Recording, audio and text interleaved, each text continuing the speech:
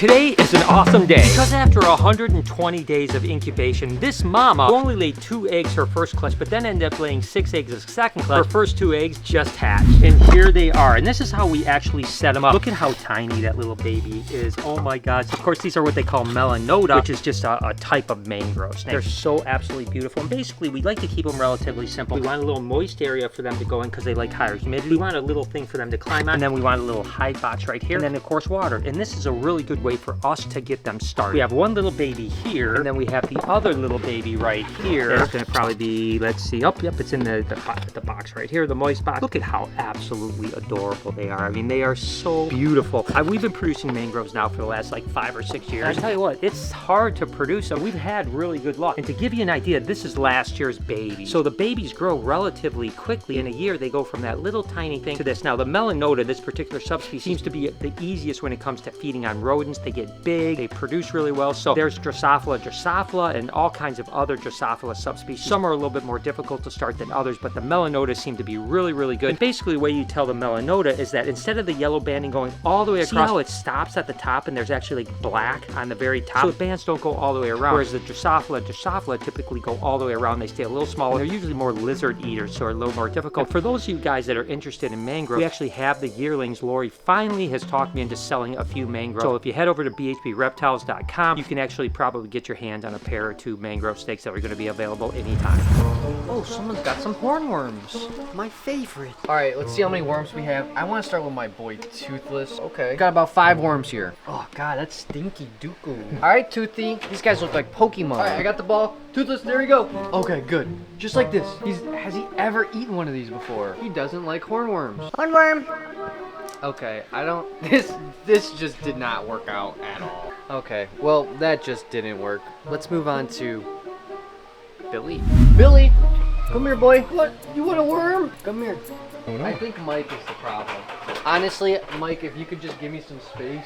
I was gonna do that, I'm with you. No, I need it. Just give me some space. You're scaring the animals. Scaring them. You can't even see me. Hornworms? There must be something wrong with these worms. There's no way that this is real. What is happening today? This is supposed to be their favorite little snack, and nobody wants them today. Okay. I think we have to move on to the next. It's so ridiculous. All of these milk frogs are just absolutely ridiculous. Again, if you guys are looking for milk frogs, we've got milk frogs. You go to bhbreptiles.com because we're overloaded and we still have tons of tadpoles. Speaking of amphibians, I've kind of went crazy ever since we started producing all these milk frogs. Just love amphibians. Well, I've always loved them, but even more so, I love them now. And take a look at what we just got. Oh, wow. These are red-eyed green tree frogs. Look at that. That is like the most iconic frog you can get, right? When people think of frogs, this is typically the frog that they see the pictures of and think, I mean, look at the eyes on those animals, the color, just absolutely beautiful. Oh my goodness gracious. So we got a couple of these. We're gonna have Jessica set them up. Super exciting. We got those red-eyed tree frogs, so we need to go ahead and go through and clean up this cage. It's so overgrown. So I think I'm gonna pull all the plants out, refresh the soil, probably have to give it a layer of screen because I bet you I did this one with the weed barrier and it's probably gone. Yeah, let's get started. This tiger scaleless corn snake that was about to lay eggs. Well, guess what? She laid eggs. And let's see how many. Ooh, they look good too. That looks like a beautiful clutch. This tiger scaleless stuff is just really cool. I mean, I love scaleless corn, but for some reason the tiger scaleless, I mean, they literally look like a little Siberian tiger. And look at Mama, looks really good. No worse for wear whatsoever. And that's a beautiful, fertile clutch of eggs. So one thing I've noticed this year, we haven't had a lot of eggs, and obviously we don't have as many klubers. We have about 10% of the klubers that we usually have. But our fertility has been almost perfect. And I do wonder, like, you know, when you have smaller amount of animals, are you just putting more energy into breeding because it doesn't take as long? You gotta remember, when we had thousands of klubers, it would sometimes take 2 or 3 hours just to switch males every day. Now it takes 10 minutes. So you're paying more attention, and our fertility has really went up. So in a way, even though we're producing a lot less, we're definitely getting higher fecundity from what we're actually breeding. That's a big word, meaning just, you know, big clutches of beautiful fertile eggs. We got 2, 4, 6, 8, 10, 11 beautiful eggs. Thank you for Policy Genius for sponsoring this video. If you have anyone in your life that is relying on your income, you need life insurance. It's just that simple. Trust me. And Policy Genius is a one-stop shop to make sure that you get the right life insurance policy at the right price. And I've talked to you guys before about about how I didn't have life insurance and I certainly need it. We're not gonna make that mistake again with Lori. So we're making sure with Policy Genius, we're going through the process to get Lori a really good life insurance policy. Policy Genius was built to modernize the life insurance industry. Their technology makes it easy to compare life insurance quotes from Americans' top insurers in just a few clicks to find your lowest price. With Policy Genius, you can find life insurance policies that start at just $25 a month for $1 million worth of coverage. Some options offer coverage in as little as a week and avoid unnecessary medical exams. Policy Genius agents work for you, not the insurance companies. It means they don't have the incentive to recommend one insurer over the other one, so you can trust their guidance. Policy Genius is for parents, caregivers, or anyone that has people who depend on them. They simplify the process of getting life insurance so you can protect the people you love. There's no added fees, and your personal information is private. There's no wonder they have thousands of 5-star reviews on Google and Trustpilot. Your loved ones deserve a financial safety net. You deserve a smarter way to find it and buy it. Head to policygenius.com/Brian Barczyk or click the link in the description to get your free life insurance quotes and see how much you can save. All right, guys. Whoa. All right, every other time has failed. Let's try Betty White, the bearded dragon. Open. Hi, Betty. Hi, Betty. Next up, frilled dragons. Let's see if they give them a go. Whoa! Finally, one took it, and that's a pretty big meal for this little guy right there. Wow! It's like a little gummy bear. There he goes. Oh, wow. That was fast. There's one thing I know about Cherry Pop. He's always ready to eat. Oh! Here we go. Oh! Oh, good. That's a messy little boy. Let it go. Hey, Mike. Got some cleaning to do. Mike. Hi. Mike. Have you seen Mike? Mike around? Yeah. I don't know. Mike, I've been looking for you. There's a little cleanup on Cherry Pop. What'd you do? I didn't do anything. Cherry Pop did it. Let me guess. Is your blood guts all over the glass? Our anacondas that we produced, that we decided to keep the pair, we got Fernando and we got Annie, and we actually moved them up into a little bit bigger enclosures. I'm going to see if they want to eat for us right now. We'll see if he comes out of the water. Come on, buddy. Come on, buddy. Come on, Fernando. Come on. You got it. Well, you know, with just moving animals, sometimes it takes a week or two for them to kind of settle in and eat. So Fernando is a no, but let's see if Annie wants to eat here. She's kind of under the water right now. See, come on, you want to eat, bud? Come on. Oh, she looks interested. She looks interested. Come on, Annie. Come on, sweetie. Ah, look at that. She's so gentle. So they're getting really big. I mean, they're getting big. They're docile. They're super cool. It's just cool to see Ivy's babies. And I love the fact that they're getting a little bit of size too. It won't be long before they'll be big enough to put on display over at the Reptarium, because we'll have anacondas here at the old Reptarium, the annex for private events. And of course, we'll have some of the anacondas over at the new Reptarium as well. These guys will eventually go on display and become animal ambassadors, just like Ivy, Verde, and Ariana.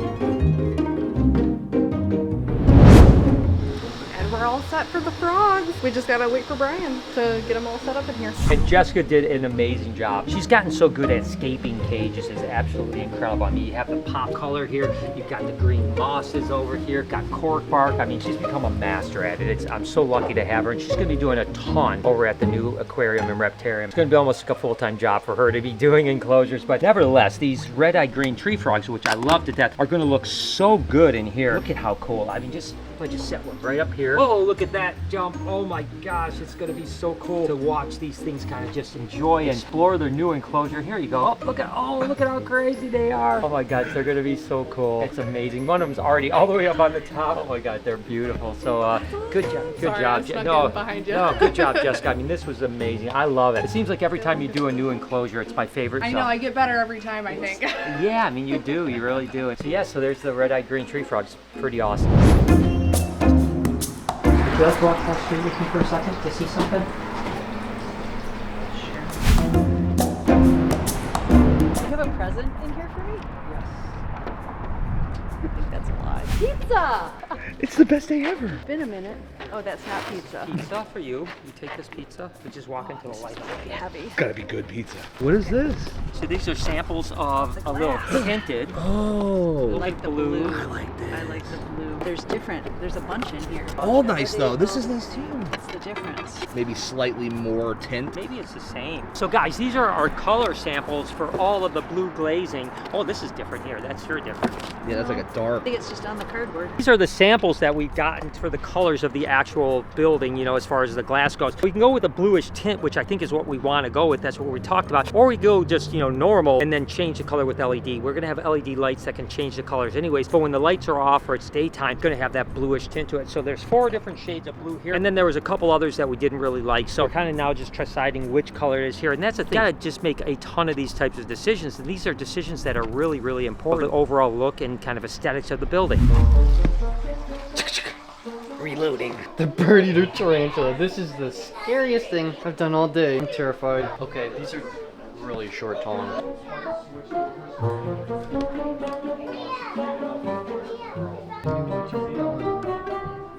It's an alarm. Oh, there we go. Look at it go. Look at the juice. It's juicy. It looks like Kool-Aid. It does. That's how they get cool blue? The oceanic blue, whatever they call it. Oceanic blue. All right, hopefully we don't have to get any more mess so Mike doesn't have to clean it. Not sure where he is right now, but Hi. here we go, Beetlejuice. I got a little bug for you. Snack Beetlejuice. Beetlejuice. Eat? Okay. You want a little worm? You want to look? Picture it. Yeah, You want to go to the street? I'll hold it up. yeah. Climb up on top of there and hold it down. Yeah, I think that's nice, right?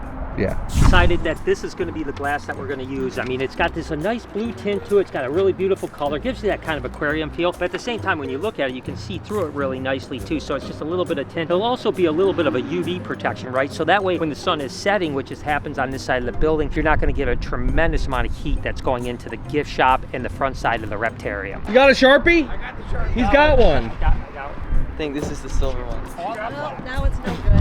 He's the ultimate groupie. He will stop people in traffic. Thank you. Thanks so much. And the last thing for the day is another Kluber clutch that was just laid, and I love these guys. Again, it was really hard to decide like what animals to keep, right? Because so many things are so absolutely incredible, but these T positive or tyrosine positive Nelson's milk snakes are absolutely incredible. And this is the first year that we've actually bred T positive to T positive. We normally breed T positive to T negative, which is the normal, just, you know, red, white, and yellow type animal. But the thing is that when you breed those together, half the babies come out T negative, half come out T positive, which is really interesting. So I've never actually bred T positive to T positive. I'm assuming they're all going to come out T positive, but is there a chance to maybe still get T negative? I don't really know. Regardless, there is a nice little clutch of eggs. Look at the difference of size of these eggs. And look at this, got a little pigtail on it. How weird is that? It's almost like the egg should have been this much more, but we have 4 eggs here. That was an absolutely amazing day. I hope you enjoyed it. Hope you guys enjoyed today's video. If you did, there's a playlist that you can watch all kinds of videos. You can also hit that subscription button. It would mean a lot to me. Also, hit that like button while you're down there. Have a wonderful day, Reptile Army. Remember, Hi.